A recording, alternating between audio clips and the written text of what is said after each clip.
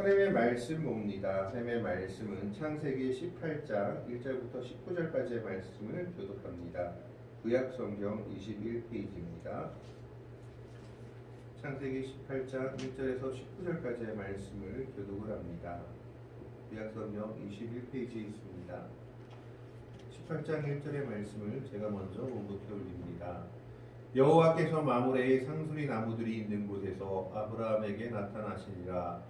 날이 뜨거울 때에 그가 장막문에 앉아 있다가 눈을 들어 본즉 사람이 셋이 맞은편에 서 있는지라. 그가 그들을 보자 곧 장막문에서 달려나가 영접하며 몸을 까디 굽혀 이르되 내 주여 내가 주께 은혜를 입었사오면 원하건대 종을 떠나 지나가지 마시옵고 물을 조금 가져오게 하사 당신들의 발을 씻으시고 나무 아래에서 씻소서. 내가 떡을 조금 가져오리니 당신들의 마음을 상쾌하게 하신 후에 지나가소서.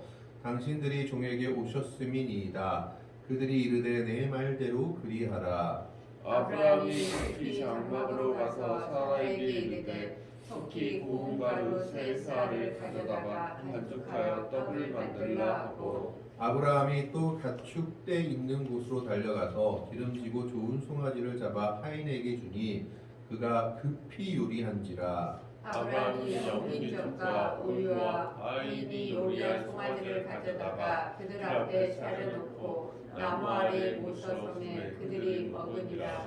그들이 아브라함에게 이르되 내 아내 사라가 어디 있느냐? 대답하되 장막에 있나이다. 그가 이르시되 내 이맘때 내가 반드시 내게로 돌아오리니 내 아내 사라에게 아들이 있으리라 하시니 그가 길이 장막문에서 들었더라. 아브라함과 사라는 나이가 많아 늙었고 사라에게는 여성의 생리가 끊어졌는지라. 사라가 속으로 웃고 이르되 내가 노쇠하였고 내 주인도 늙었으니 내게 무슨 즐거움이 있으리요. 여호와께서 아브라함에게 이르시되 사라가 왜 웃으며 이르기를 내가 늙었거늘 어떻게 아들을 낳으리요 하느냐. 여호와께 능하신 무엇이 있겠느냐. 기한이 이를 때 내가 내게로 돌아오리니 사라에게 아들이 있으리라.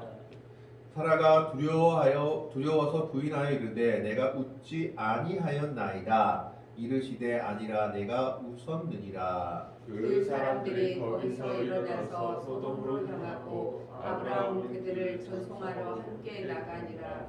여호와께서 이르시되 내가 하려는 것을 아브라함에게 숨기겠느냐. 아브라함은 강대한 나라가 되고 천하 만민은 그로 말미암아 복을 받게 될 것이 아니냐. 19절의 말씀을 같이 읽습니다. 내가 그로 그 자식과 권속에게 명하여 여호와의 도를 지켜 의와 공도를 행하게 하려고 그를 택하였나니 이는 나 여호와가 아브라함에게 대하여 말하기를 이루려 함이니라. 아멘. 요 근래 화제가 되는 드라마가 더 글로리 파트 2가 개봉되어서 많은 사람들이 그 이야기를 하고 있는 것을 보게 됩니다. 그 드라마 내용은 학폭을 당한 피해자가 후에 커서 그 가해자들한테 복수를 한다는 내용으로 되어 있습니다. 죽을 만큼 어려운 시기를 겪고 자신이 성공해서 가해자들한테 복수를 한다는 내용인데 거기에 달린 댓글 중에서는 어떤 댓글이 있었느냐 하면 이것은 판타지다 라는 댓글이 있었습니다. 왜냐하면 현실에서는 가해자는 잘 살고 있고 피해자들이 주눅들어 사는 것이 현실이기 때문에 이렇게 복수가 제대로 이루어지지 않기 때문에 이것은 판타지다 라는 댓글이 있는 것을 보았습니다. 뿐만 아니라 몇 주 전에는 정순실이라는 사람의 아들이 학폭을 가했고 그럼에도 불구하고 서울대를 다니면서 잘 살고 있고 오히려 학폭을 당한 학생들이 학교도 제대로 다니지 못하고 심지어 이민 유학을 가는 등의 어려움을 겪고 있다는 내용이 보도되기도 했습니다. 그러나 하나님의 백성들은 결코 그와 같은 삶을 살아서는 안 될 겁니다. 하나님의 백성들은 사람을 존귀하게 여기고 하나님의 자녀로서 그리고 하나님의 형상이 사람 안에 있음을 알고 존귀하게 여기며 그들을 대접해야 합니다. 오늘 본문 말씀에 사람을 존귀하게 여기며 잘 대접한 한 사람의 모습이 나오고 있습니다. 바로 아브라함입니다. 아브라함은 전혀 자기와 관련도 없는 나그네를 잘 대접함으로 말미암아 하나님의 놀라운 약속을 받게 된 것이 오늘 창세기 18장의 내용입니다. 여기에 대해서 히브리서 13장 1절에선 아브라함을 이렇게 얘기합니다. 부지 중에 손님 대접하기를 힘쓰다가 천사를 영접한 자가 있다라고 얘기합니다. 아브라함의 일상이 사람을 귀하게 여기며 손님을 대접하는 일상이었다라는 겁니다. 그래서 그는 하나님께서 약속하신 아들의 복을 다시 받게 되는데, 재미있는 것은 창세기 17장과 18장의 내용이 거의 동일하다라는 겁니다. 창세기 17장의 내용도 하나님께서 아브라함을 찾아오셔서 자녀에 대한 약속을 하시고 계시고, 18장도 하나님께서 나그네의 모습으로 찾아오셔서 아브라함에게 이삭에 대한 얘기를 합니다. 차이점이 있다면 17장에서는 아브라함이 하나님의 약속을 듣고 웃었고 그래서 아들의 이름을 이삭이라 했고, 18장에서는 사라가 웃어서 아들의 이름을 이삭이라 하다, 웃음이라고 하라고 지었다라는 겁니다. 그리고 18장 후반부에는 소돔과 고모라에 대한 내용이 나오고 있는 것을 보게 됩니다. 그래서 17장과 18장이 중복된 것이 아니냐라고 생각을 하기도 하고, 어떤 신학자들은 아브라함의 아들에 대한 이 이삭의 약속에 대한 것이 두 가지 구전으로 내려왔는데, 이 두 가지 구전이 다 성경에 그대로 기록된 것이 아니냐라고 해석하기도 합니다. 어찌됐든 오늘은 18장의 내용을 중심으로 아브라함이 하나님의 참된 복과 약속을 받게 된 모습에 대해서 한번 생각해 보고자 합니다. 18장 1절에 보면 여호와께서 마므레의 상슬의 나무들이 있는 곳에서 아브라함에게 나타나셨다라고 기록되어 있습니다. 하나님이 아마 인간의 모습으로 현현하신 것으로 보여집니다. 혼자 나타나신 것이 아니라 2절에는 사람 3명이 같이 있었다라고 기록되어 있죠. 하나님과 천사들이 같이 왔던 것으로 보여집니다. 그런데 아브라함에게 어떻게 나타나셨냐 하면, 날이 뜨거울 때에, 옛 성경에는 정오에라고 기록되어 있죠. 날이 뜨거울 때에 그가 장막문에 앉아 있었다라고 기록되어 있습니다. 고대 근동 지방에 날이 뜨거울 때라는 것은 가장 해가 내리쬐는 정오쯤을 가리키는 단어입니다. 그래서 이 고대 근동 지방, 지금도 마찬가지지만 이 정오쯤에는 일을 아무것도 하지 않고 낮잠을 자거나 쉬는 시간이었다고 합니다. 그런데 이때 아브라함이 자기가 유목민이었기 때문에 장막을 쳐놓고 있다가 그 장막 문에 앉아 있다가 사람들을 발견합니다. 그 사람들이 이전에 나와 있는 하나님과 천사들이었습니다. 눈을 들어본즉 사람 셋이 맞은편에 서 있는지라. 그가 모르고 있다가 앞에서 보니까 갑자기 사람 셋이 자기 장막문 앞에 서 있는 것을 보게 됩니다. 그럼 그는 그 사람 셋을 보자마자 어떻게 했느냐 하면, 그가 그들을 보자 곧 장막 문에서 달려나가 영접하여 몸을 땅에 굽혀. 아브라함은 이미 손님 대접하는 것이 일상이 되어 있던 사람의 모습임을 보여주고 있습니다. 자기와 아무 관계도 없는 사람이었지만 자기 장막문 앞에 서 있는 사람들, 먹지도 못하고 그냥 어디 가야 할지 모르고 서 있는 사람들을 보자마자 그는 뛰쳐나가서 그들을 데려오려고 합니다. 달려나가 영접하며 몸을 땅에 굽혔다라는 것은 성경에 보면 가장 귀한 손님 아니면 위에 존귀한 사람들에게 행하는 행동입니다. 다윗이 사울을 만났을 때나 그리고 선지자들을 만났을 때 하는 행동이 바로 영접하여 몸을 땅에 굽히는 행동입니다. 거의 절하는 행동이죠. 그는 그 사람 셋을 보자마자 최대한의 경의를 표하며 자신의 장막으로 그들을 모시고자 합니다. 그러면서 3절에 이렇게 얘기하고 있습니다. 이르되 내 주여 내가 주께 은혜를 입었사오면 원하건대 종을 떠나 지나가지 마시옵고. 여기서 내 주여라고 했을 때 아도나이라는 말을 썼기 때문에 어떤 학자들은 아브라함이 하나님인 줄 알고 이렇게 한 것이 아니냐라고 해석하기도 합니다. 왜냐하면 아도나이라는 것이 전능한 하나님이라고 말할 때 아도나이라는 말을 쓰기 때문입니다. 그러나 그 아도나이라는 말은 하나님에게 쓰이기도 하지만 때로는 가장 귀한 손님이나 높은 지체에 있는 사람을 가리킬 때도 쓰이는 단어라고 합니다. 그래서 지금 아브라함은 이 세 사람, 나그네인 이 세 사람에게 최대한 높이면서 자기 자신을 낮추며 그들을 초청하고 있는 겁니다. 그들이 마음이 부담스럽지 않게, 그들이 쾌활하게 자신의 장막에 들어올 수 있도록 영접하고 있는 것이 바로 오늘 아브라함의 모습이었다라는 겁니다. 내가 주께 은혜를 입었사오면 원하건대 종을 떠나 지나가지 마시옵고. 내 장막 그대로 지나가지 마시고 우리 집에 와서 좀 대접받고 가십시오. 이게 내 소원입니다 라고 지금 아브라함이 바라고 있는 겁니다. 4절에 보면 물을 조금 가져오게 하사 당신들의 발을 씻으시고 나무 아래에서 씻소서. 이 물을 가져와서 발을 씻는다는 것은 고대 근동지방에서는 가장 기본적인 대접 중에 하나입니다. 무슨 말이냐 하면 사막 지역이기 때문에 이 사막 지역을 지날 때에는 발이 가장 더러워졌습니다. 그래서 유대인들은 항상 물 항아리가 자신들의 집 앞에 있었습니다. 어느 집에 들어가기 전에는 손과 발을 씻고 들어가야 했기 때문이었습니다. 사막에서 더러워진 손, 사막 모래바람 때문에 더러워진 발을 씻어야 했기 때문입니다. 그래서 하인들 중에서도 발을 씻는 하인이 가장 계급이 낮은 하인이었던 것을 성경은 기록하고 있습니다. 지금 아브라함은 이들에게 지금 자신이 할 수 있는 최선을 다하고 있는 겁니다. 내가 물을 가져올 테니까 발을 씻으십시오. 그리고 나무 아래에 쉬십시오.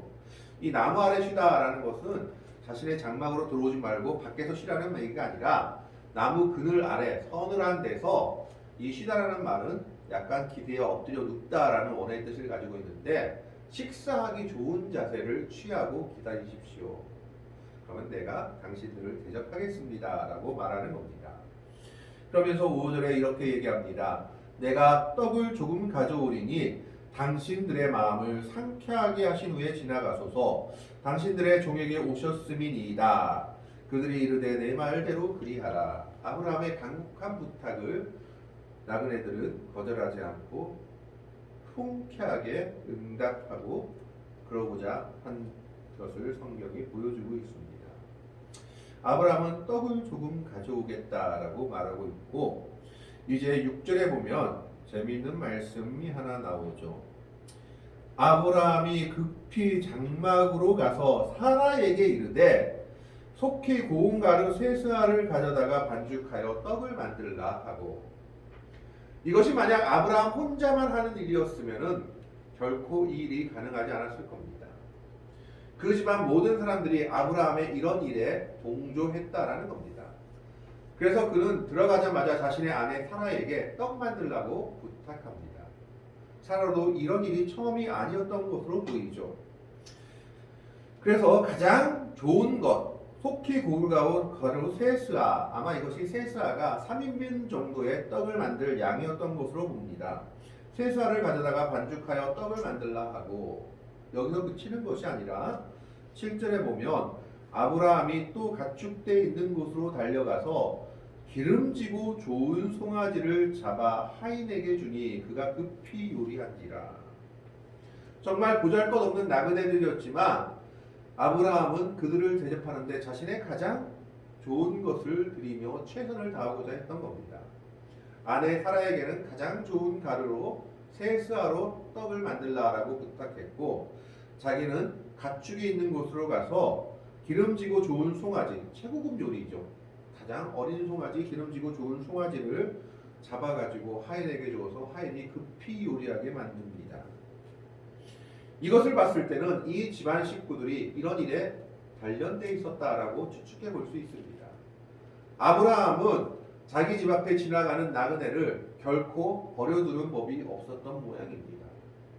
아내도 마찬가지 그 집안의 하인들도 주인의 이런 일에 함께하고 있습니다. 그리고 여기서 더해서 무엇을 하고 있느냐? 8절의 말씀에 보면 아브라함이 엉긴 젖과 우유와 하인이 요리한 송아지를 가져다가 그들 앞에 차려놓고 나무 아래 모셔 섬에 집사 노릇하고 있는 거죠. 그들이 먹으니라. 성경에 엉긴 젖이라는 것이 많이 나오는데 도대체 이 엉긴 젖이 뭐냐? 우유를 저어가지고 만드는 건데 이 엉긴 젖이 액체일 때는 지금으로 말하면 우유를 저어서 뭘 만드냐? 요구르트를 만드는 겁니다. 그 당시 요구르트는 최상의 식품이었죠. 그것이 엉긴 젖이었고 이것을 엉겨가지고 또 딱딱하게 만들면 버터나 치즈가 되는 겁니다. 그러니까 그냥 대접하는 것이 아니라 자신의 최선을 다해서 요리를 정말 좋은 요리들을 가지고 이 나그네들을 아브라함이 대접하고 있는 겁니다.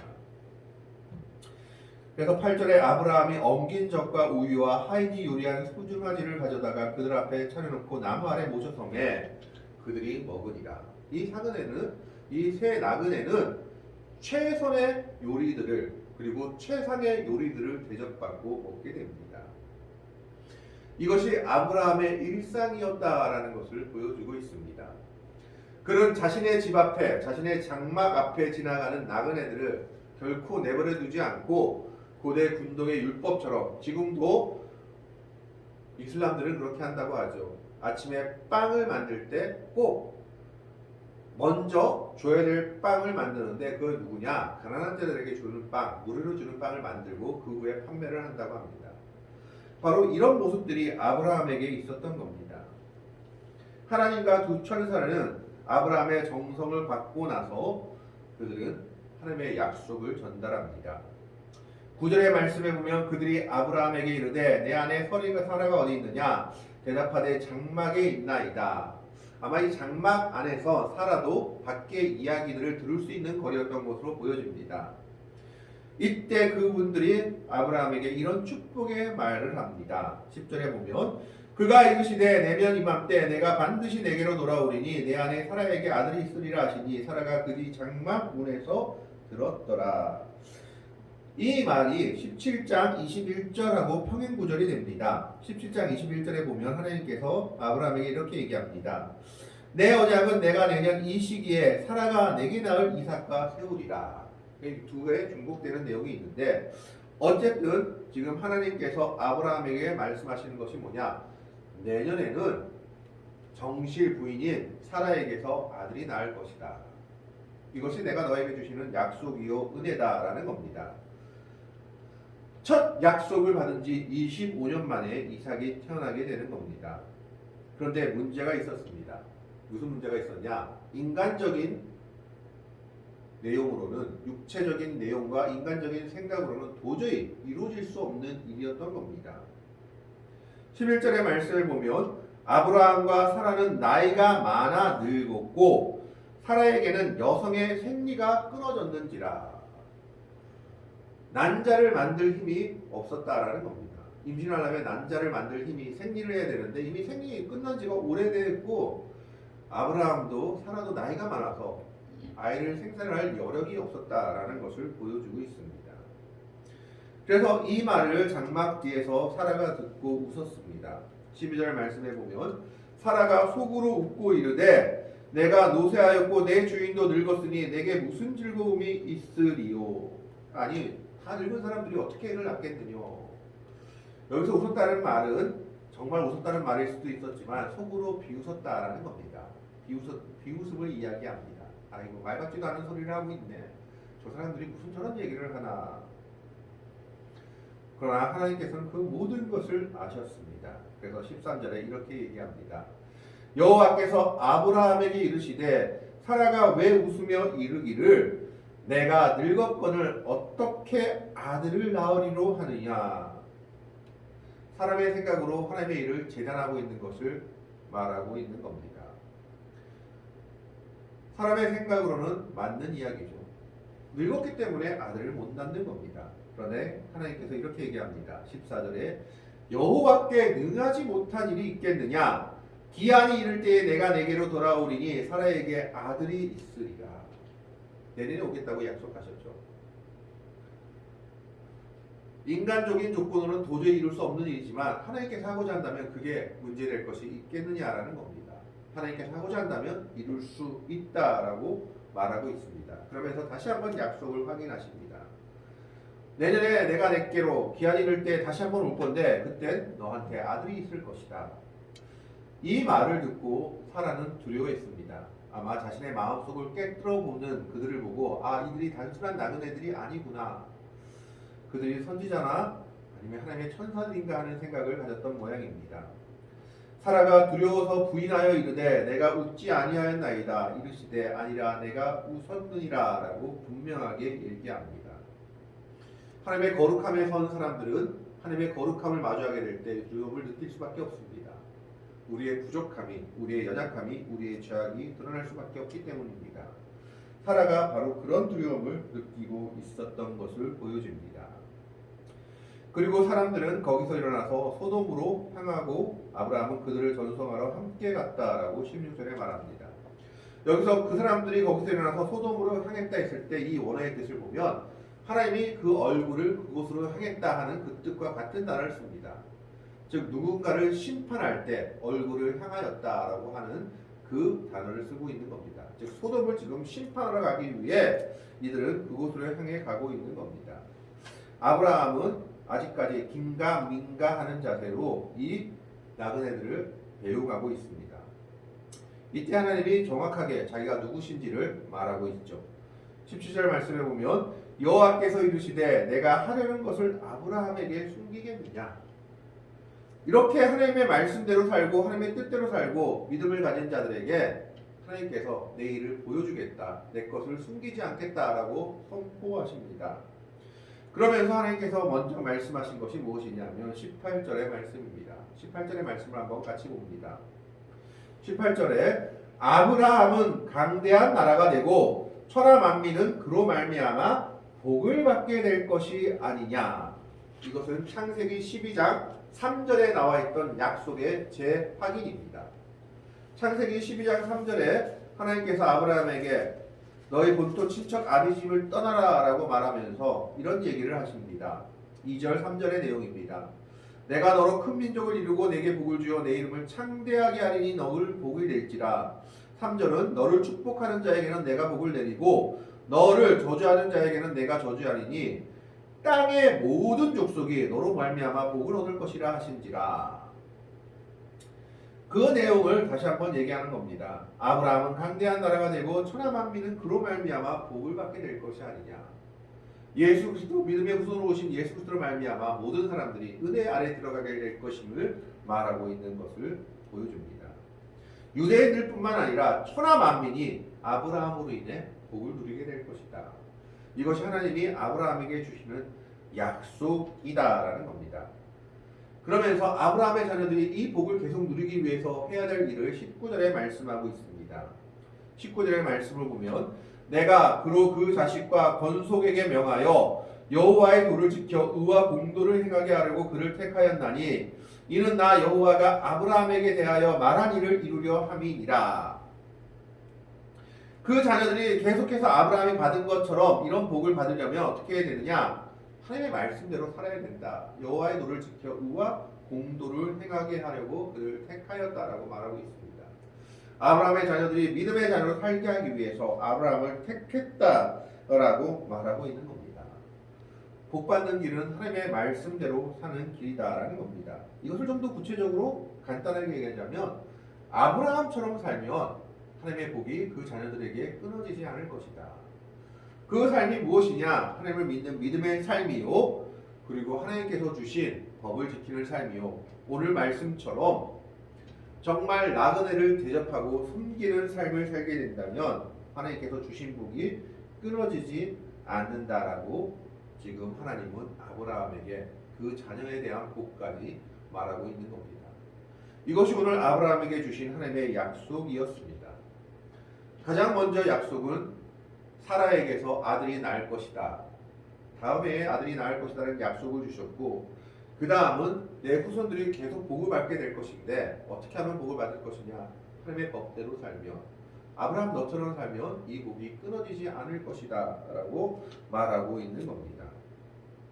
그래서 히브리서 13장에는 아브라함을 손님 대접하기를 힘쓰다가 부지 중에 천사를 대접한 자라라고 얘기하고 있는 겁니다.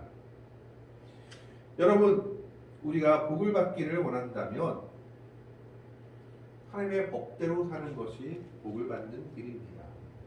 내가 대접받고자 하는 대로 남을 대접하라고 예수님이 말씀하셨습니다. 하나님의 법에 순종하는 것이 복받는 길이다라고 오늘 말씀은 우리에게 얘기하고 있습니다.